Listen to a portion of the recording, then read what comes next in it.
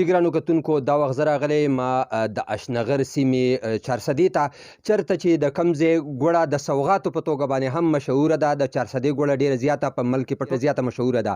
راغلي یو دغلته ګاڼۍ ده، د دغه ګاڼۍ په حواله باندې د دې ځای مقامي استادان هم موجود دي. د هغوی نه به پوښتنې کوو چې د دغې طریقې کار څه دی، دغه ګاڼۍ ګوړه څنګه تیاروي، څنګه خلکو ته تاسو د هغې ترسیل کوي، د دې شروعات د کوم وخت نه کېږي او اختتام یې د کوم وخت نه کېږي. دا وخت زموږ سره ولاړ دی د دغې ګاڼۍ استاز جان محمد صاحب. د هغه نه به پوښتنې کوو. جان محمد صاحب که دا راته ووایي چې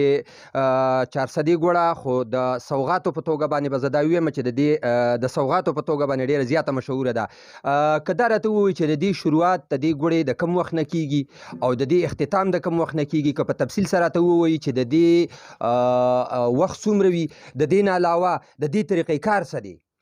بسم الله الرحمن الرحیم. شروع کوم په نامه د خدای چې بخونکی مهربانه دی. یو جهان مننه چې تاسو موږ له ټیم راکړو دلته راغلئ. د دې لکه دا کار چې یاره مطلب دا دی چې دا موږ د شپې بجې دا مزدوران دا د شپې په 3 بجې باندې نه په 3 بجې باندې موږ دا جنریټر سټارټ کړو او دا ګني بیا په دغه جنریټر کې موږ ورکوو. په 2.5 غنټو په 1 غنټه کې دا ډرم ډکېږي، په 1 غنټه 1 غنټه او 10 منټه ټایم زموږ نه اخلي او د هغې نه پس چې موږ کله دا ډرم ډک کړو د دې اوبو نه، نو دا بیا موږ د جوکمار ته کوم چې شاته اور بلې په دې پسې هغه راشي اور بل کړي، بیا دا ډرم موږ کولاو کړي، د اوبه دې ته راشي، نو په 2.5 په کم 3 غنټو کې دا کړی بیا راوځي د اور چې موږ بلو که نه هلته پوخ شي، بیا د هغې نه دې تال ته دې تال ته راشي. دا بیا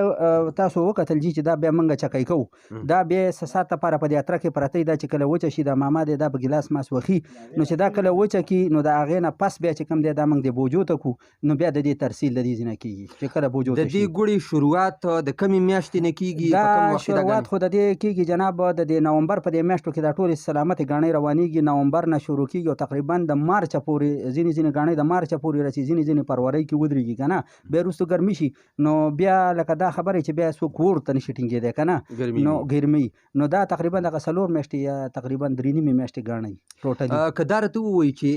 د ګوړه کې ځینې دا ویلی کېږي چې دا مګر دی او دا پلانا ده، دا ډنګری دی، د دې په حواله باندې دا ووایي چې د هغې خصوصیات څه د مګر د ګوړې خصوصیات څه او د نورو خصوصیات؟ لکه ګوره د کتک دا ګوړه چې کومه ده که نه، دا داسې چې لکه دا بازارونو ته ځي او دا د مګر ګوړه دا کلکه ګوړه دا بطور لکه داسې د باجوړ والا شو، داسې د مومندو والا شو، د وزیرستان والا شو، چې کوم دا بره غرونو کې را کم خلک اوسېږي، نو دا د مګر ګوړې ته خوشحالېږي په دې چې دا پی دا اوبه نه کوي، دا د ډېر وخت دپاره چې کوم دی دا پراته دا اوبه نه کوي. دا د دې مثال داسې دي لکه د غوزانو دا کلکه ګوړه که نه او خرابېږي هم نه. او لکه د دې وخت دا ګوړه چې کوم دی نو دا خو زمونږ لکه دا ده چې مجبوري ده، ګینې اوس هم چې کوم دی نو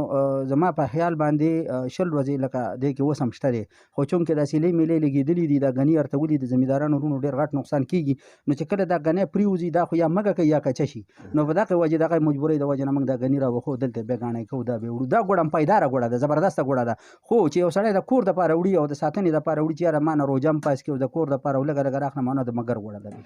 که دا راته ووایي چې ما ولیدل چې دې ګوړې ته کوم دا شربت شي دغه ځای کې دغه تال کې پخېږي، دغه ته سوډا ور اچولی کېږي. دغه سوډا د دغې خصوصیت څه دی، د څه لپاره ور اچولی کېږي؟ سوډا خو د دې لپاره موږ ور اچوو چې دې کې دا کم ګند دي د اخیره یې که نه دا را وباسي، او دا بیا موږ په دې چڼ باندې چې کوم دی د اخیره یې نه هغه ځای مو ورله جوړ کړی دی، په هغې باندې بیا چې کوم دی موږ د اخیرې هلته اړو او دا صفا شي. نو که بالفرض یو سړی د چیو دپاره وړي که نه، نو دا بیا خیره نه کوي، خیره ډېر کم اخلي. او بل دا دی چې خیره ته څومره سوډا موږ ورکړو، دا څومره خیره چې دې واخلي، نو په دغه چیو کې چې بیا کوم دی یو پیالۍ د ډکې پتیلې دپاره کافي، یو پیالۍ پی.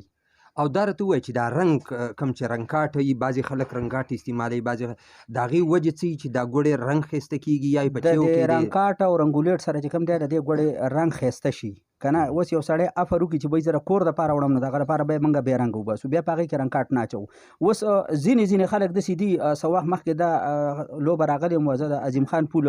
قلعه چارسده ډسټرکټ زما ډسټرکټ دی چارسده، دا ګوړه چې کوم دا تاسو وینئ نو دا الحمدلله دا د هر څه نه پاکه ګوړه ده،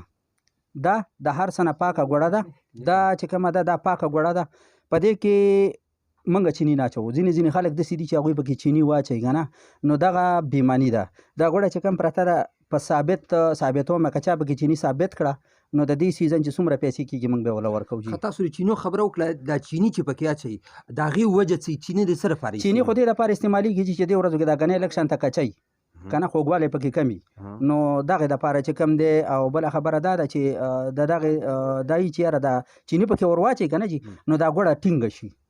او دا اوبه کچای داسې اوبه لکه ډېرې غواړي که نه داسې که اوس یو پوره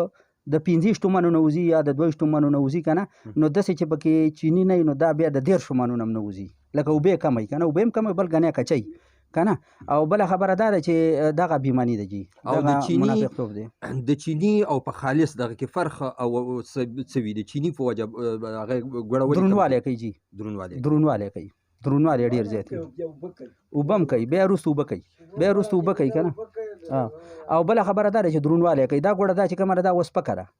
دا په درو لکه دغه نه ده که نه دې کې چې کوم څه کې چینی نه وي نو هغه سپک کوي د دې صرف صفایي ده جي د دې ګوړې صفایي ده که دا بالفرض یو سړی وړي نو د چیو دپاره بهترینه ګوړه د دې نه بله نشته ډېره مننه د ټیم راکولو ډېره زیاته مننه مهرباني شکریه جګرانو کتونکو دا و د چارسدي د سیمې جان محمد مومن صاحب چې تاسو یې د ګاڼۍ په حواله باندې د هغوی نه خبرې واورېدې تر بر پروګرامه پورې نه غواړو اجازت د الله په امان